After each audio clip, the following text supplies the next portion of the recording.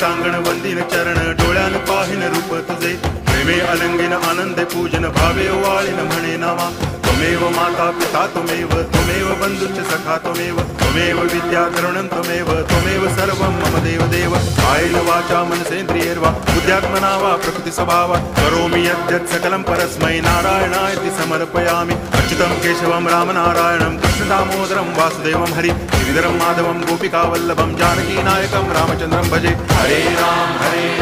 Ram Ram Hare Hare Hare Krishna